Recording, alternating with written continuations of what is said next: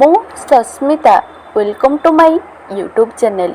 ଆସନ୍ତୁ ଆଜି ବୁଲିଯିବା ଦିଲ୍ଲୀର ରାଜପଥରେ ଅବସ୍ଥିତ ଇଣ୍ଡିଆ ଗେଟ୍କୁ, ଯେଉଁଠି ପ୍ରତିଦିନ ହଜାର ହଜାର ସଂଖ୍ୟାରେ ଲୋକ ବୁଲିବାକୁ ଆସିଥାନ୍ତି।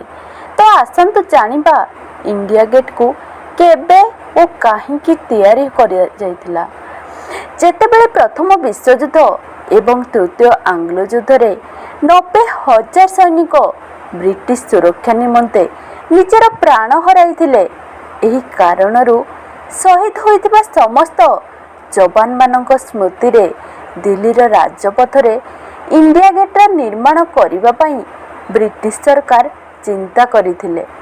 ଇଣ୍ଡିଆ ଗେଟ୍ର ସାମ୍ନାରେ କିଛି ଦୂରକୁ ଲାଗି ରହିଛି ରାଷ୍ଟ୍ରପତି ଭବନ। ତାକୁ ମଧ୍ୟ ଦେଖିବା ପାଇଁ ଦେଶ ବିଦେଶରୁ ଲୋକ ଧାଇଁ ଆସିଥାନ୍ତି। ଏହା ଲୋକଙ୍କ ମନୋରଞ୍ଜନ ପାଇଁ ଅତ୍ୟନ୍ତ ନିଆରା। ସନ୍ଧ୍ୟା ବେଳର ଦୃଶ୍ୟ କହିଲେ ନ ସରେ।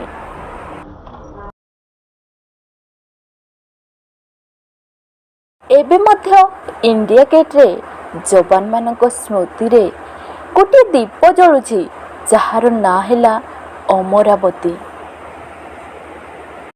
ଏହି ଦୀପ ଲୋକମାନଙ୍କର ଆକୃଷ୍ଟକୁ ଆହୁରି ଟାଣି ଆଣେ। କିଛି ଏଇଭଳି ହିଁ ବିଶେଷତ୍ୱ ଥିଲା। ତାପରେ 1921 ମସିହାରେ କ୍ୱିନ୍ ଭିକ୍ଟୋରିଆ ଏବଂ ପ୍ରିନ୍ସ ଆଲବର୍ଟଙ୍କ ପୁଅ ଆର୍ଥର, ଯିଏକି ଇଣ୍ଡିଆ ଗେଟ୍କୁ ନିର୍ମାଣ କରିଥିଲେ। ଇଦୱିନ୍ ଲ୍ୟୁଟନ୍ ସନ୍, ଯିଏକି ଜଣେ ଆର୍କିଟେକ୍ଚର, ସେ ଇଣ୍ଡିଆ ଗେଟ୍ର ଡିଜାଇନ୍ ନିର୍ମାଣ କରିଥିଲେ। ପାଖାପାଖି 10 ବର୍ଷ ପର୍ଯ୍ୟନ୍ତ କାମ ଚାଲିବା ପରେ 1921ରେ ଶେଷ ହୋଇଥିଲା ଇଣ୍ଡିଆ ଗେଟ୍। ତ ଆସନ୍ତୁ ଆପଣମାନେ ମଧ୍ୟ ଥରେ ଥରେ ବୁଲିକି ଯାଆନ୍ତୁ।